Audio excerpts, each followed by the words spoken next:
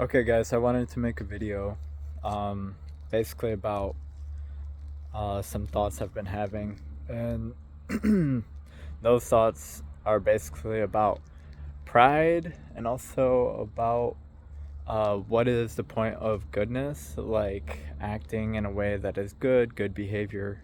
And, what is the point of that? And, um, and what is pride exactly? So, um, I'll first start off by saying I don't really know what pride is completely. I try to understand what pride means, and I'll give you guys my best sort of understanding of what I believe pride to be so far. Um, but I guess we can talk about goodness first. Um, you know, I think this is a developing thought process, um, so what is the point of like good behavior? I think because we're told these sort of cliches throughout our lives, goodness for goodness sake, and or like just be on your best behavior and things like this. And what is the motivator? Like what is the point of being good, or trying to be good, or becoming a good person? And I think a really good reason for good behavior, for acting as best as we can, is honestly, I think it primes us for personal transformation. I believe it puts us into alignment of receiving higher information and insight. And I think that when you are on your best behavior, when you try to act as best as you can, it actually it is actually the most congruent way in which reality works. And I also believe that when people um, try to act well and behave good, um, that it allows for the progression of one's own story that they live in, or for the progression of the story as such, really. So basically, what this means is that when people act good, in the archetypal example of good behavior is a hero story. So you know, that is what allows the story to continue and unfold and reveal new things. And the story changes, the experiences change for the individual person experiencing the experience. And so the the opposite of that, I believe, don't act when people act in a contrarian manner, where people they don't act on their best behavior, they dispense with that idea complete, they just throw it in the bin. um those people, they will be stuck living through the same experiences. They'll be stuck in a cycle of the same experiences. And I believe everyone probably likely changes in some technical manner, whether we like it or not. But, it's going to be more or less, characterized by change in a positive direction. So, um, I think people confuse change with obeying authority, or just doing whatever the whims are of whatever people want you to do. And I don't I don't see it like that, because for me, I I do a specific diet. I eat only meat, and if I were to, which I pretty much have done in the past, if I just say, screw my own understanding, I will lean on uh, the feedback of what people say to me, and I will just do as they say. Um, it quickly will turn my life into shambles. So what I mean by that is, like, it's okay to like listen to people and their input, but you don't have to just obey everything people tell you to do. Um, I think that is a very fair and agreeable rule.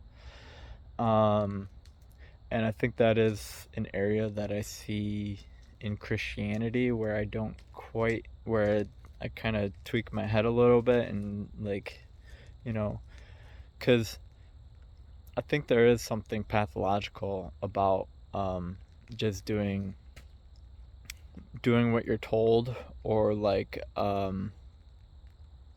simply obeying, because you're going to, if you just imagine a hero story, a hero just doesn't obey everything. I mean, a hero doesn't just obey, like, you know you imagine the hero's enemy or something like that, and um they're telling them what to the enemy's telling them what to do, and the hero has to sort of um resist, or sort of rebel against, the rebel, or I don't know, the contrarian figure.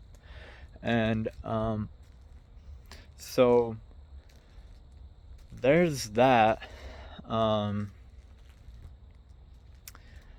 and so, okay, I want to talk about pride, and what does pride mean to me, and try to maybe define it if possible. And pride to me is the contrarian spirit. It's contrarianism as such. Pride is the antithesis to love, as far as I see it. Um, Pride is characterized by refusal to understand.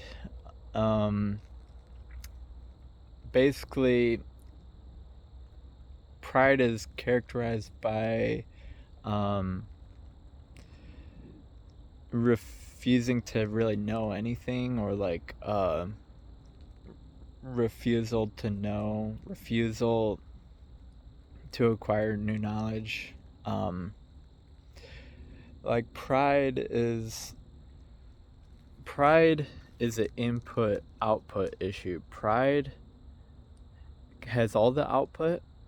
It's a it's a it's pride has deceived itself into believing it as the all-knowing. And pride is an output only issue, where there's only output but no input. And so it's like they know everything, but cannot understand anything. So it's kind of troubling to even think about. But I believe pride is what has characterized the chain link systems of the tyrannies of the 20th century. And so every individual, like a chain link system, I mean, like a link in a chain, participated in the sort of lie of tyranny. And it's like, oh, these people are Jews. They absolutely are. They absolutely are criminals. They are exactly what the propaganda says they are, when they're not, but people participate in that. And so that is that is kind of the dynamic there, is it's like a hatred is blind, essentially. And so, and I believe that the blindness has to do with the fact that you know, the sort of skin, or the blindness is to do with the fact that they don't want to know what they the consequences of the war that they're waging on like the softness of skin or something like that.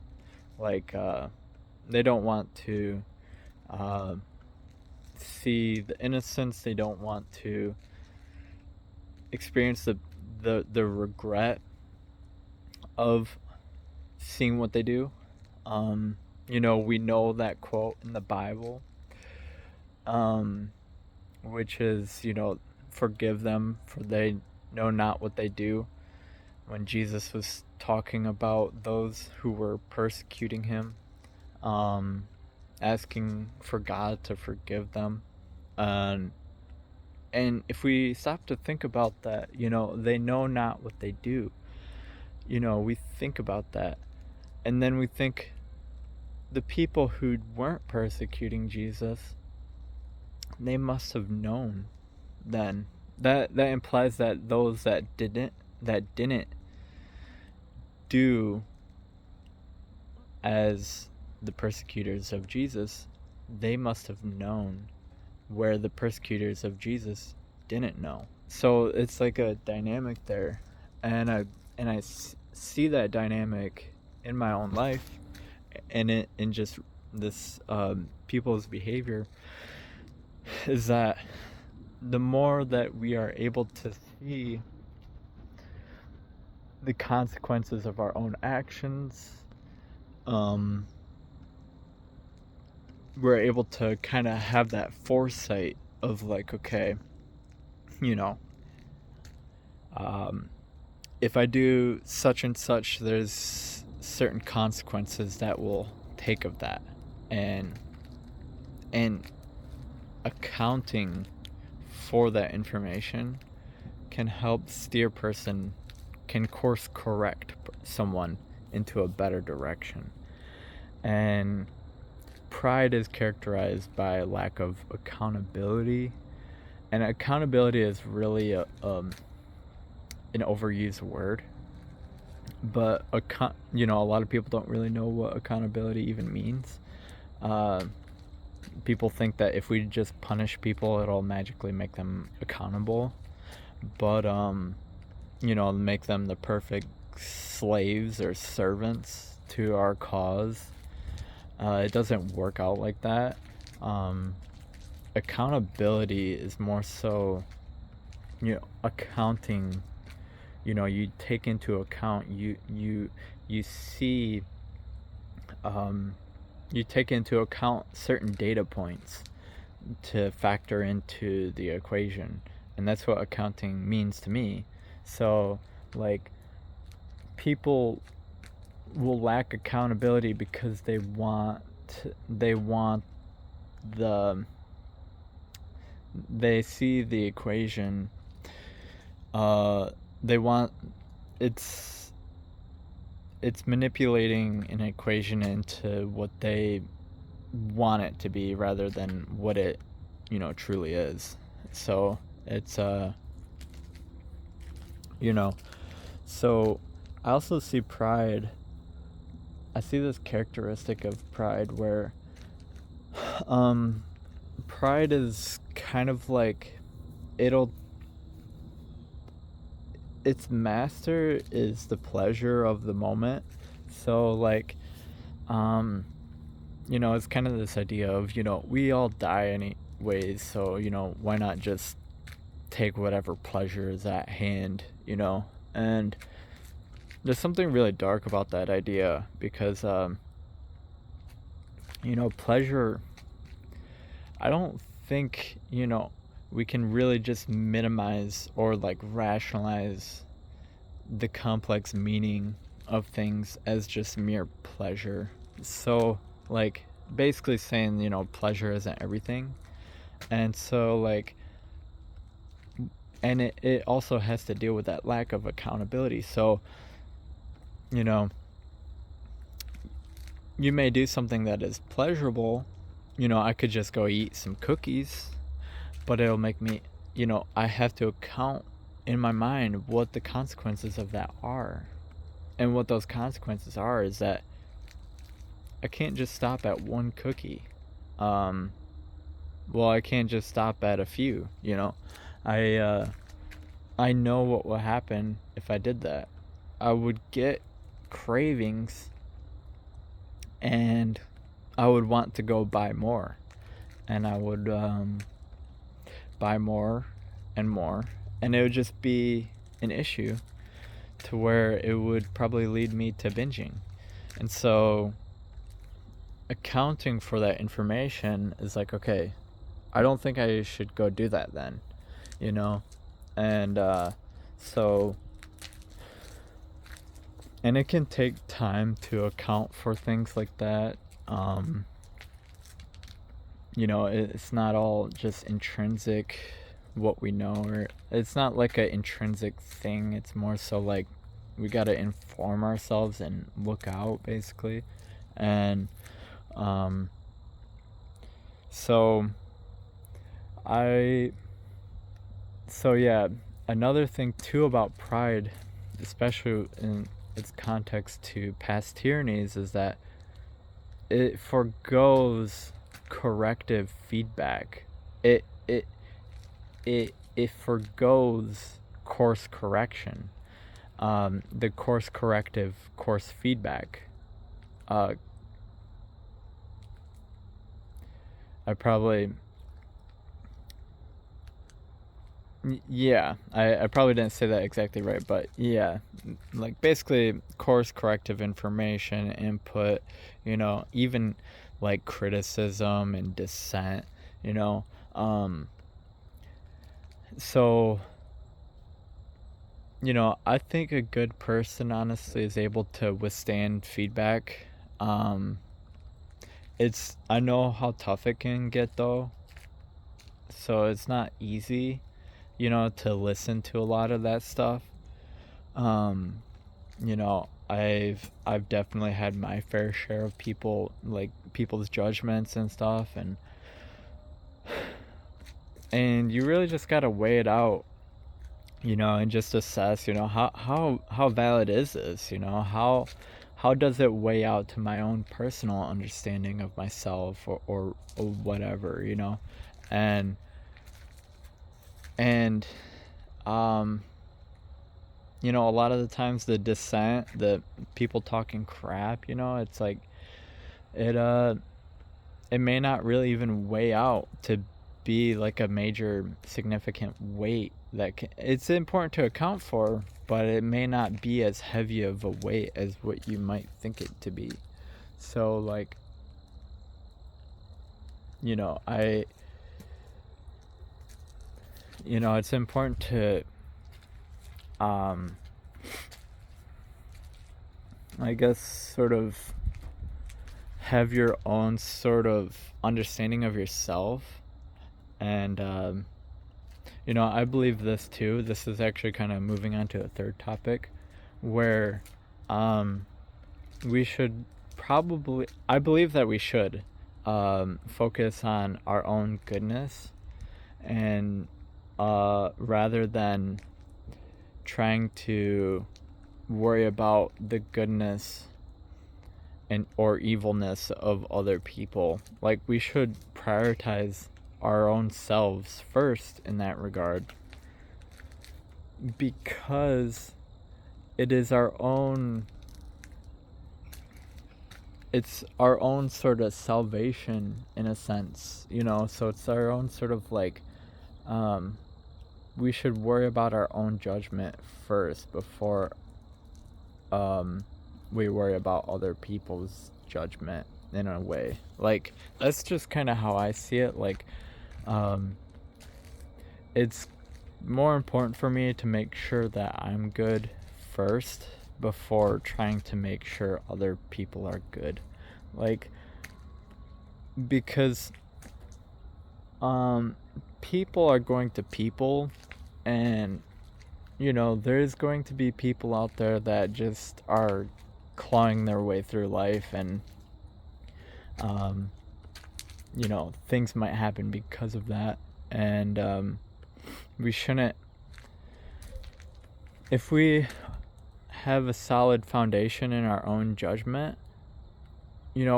then we're less prone to take stuff like that personally, and that's really what I believe.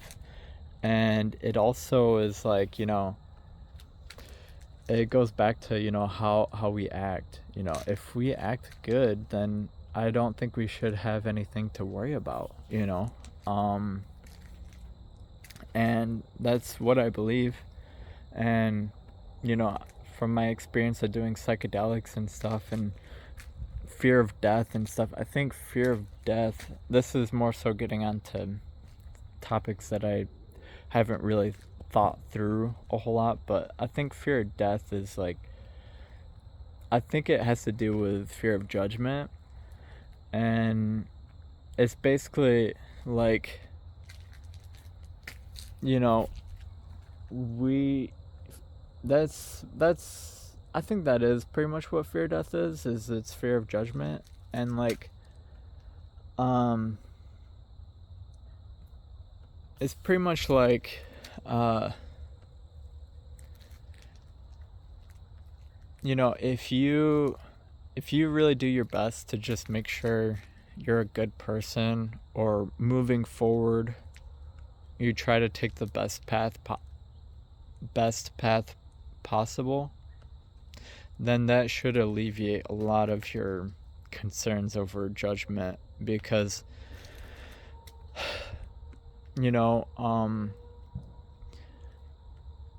yeah, like, I think people,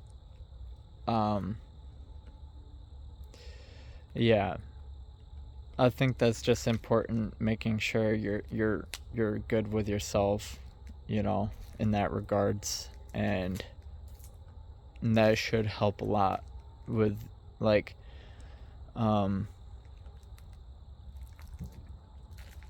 I guess being able to deal with feedback and course corrective input, to where people like Stalin,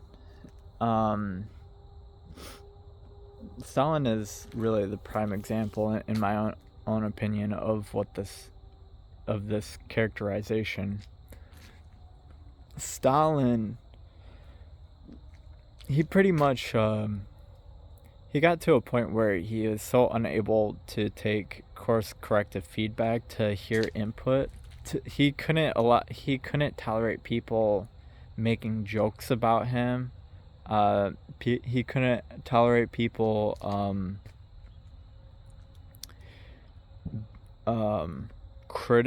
he couldn't tolerate criticism, dissent, really. And it became a paranoid sort of thing where, he felt like everyone judging him was like, he thought that they were evil. And he thought that, like, that they were spies, or he just called them spies because it was convenient to then justify imprisonment, or putting them in a gulag. And so he that to me is what pride represents, is like, he was suppressing the speech of people, punishing them with these prison sentences, putting them into gulags, basically shipping them off to be abandoned in some areas, and a lot of people died. And so I believe that there were a lot of innocent people in that. It was probably a majority. There were, prisoners, but it was like the way in which those people were treated were pretty much what would be considered now a violation of, like, the Geneva Conventions and stuff like that. And yeah. So yeah, that is one topic that um, yeah, I think Stalin, um,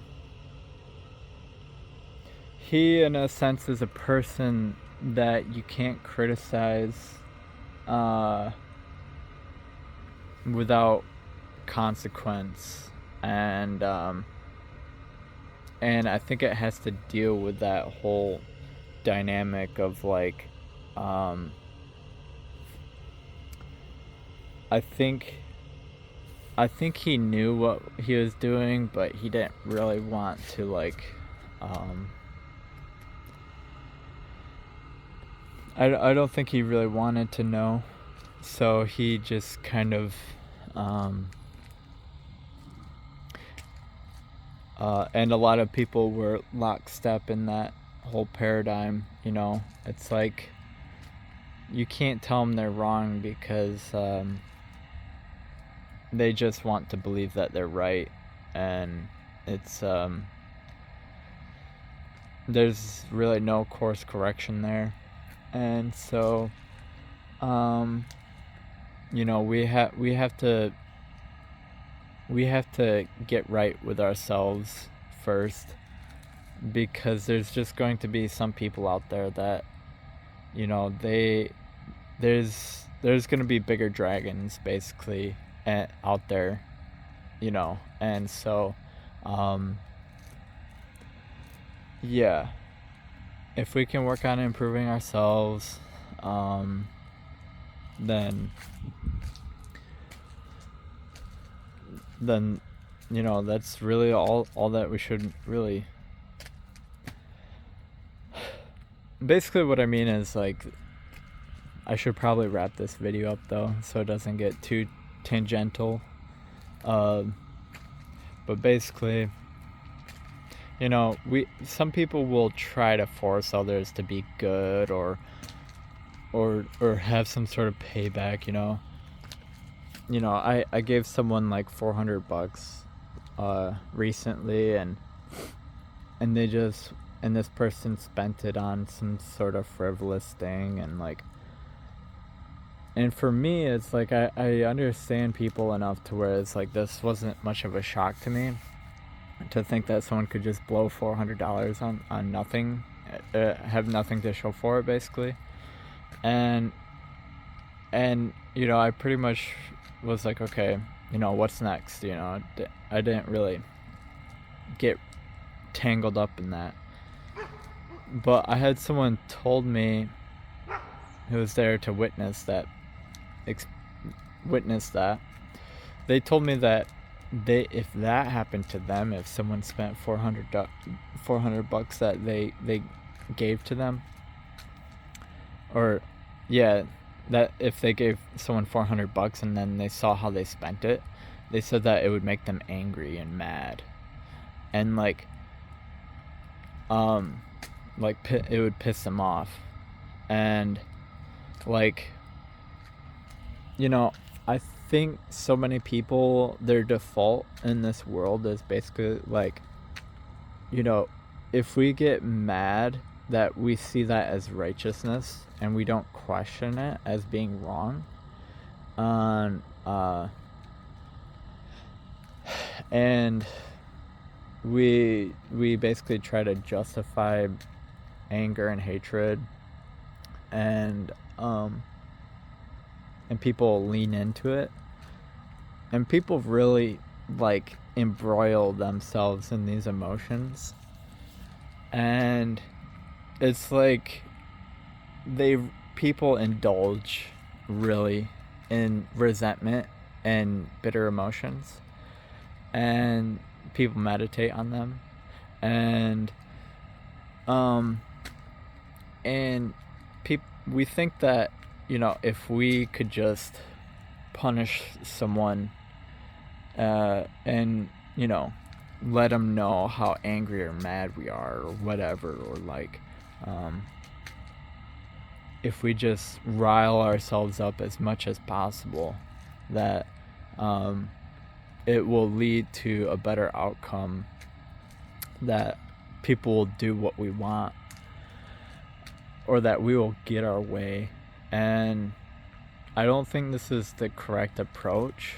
I think that I think when we see our own resentments, we should see that as a red flag in ourselves, and that we are probably lacking in some sort of understanding, and that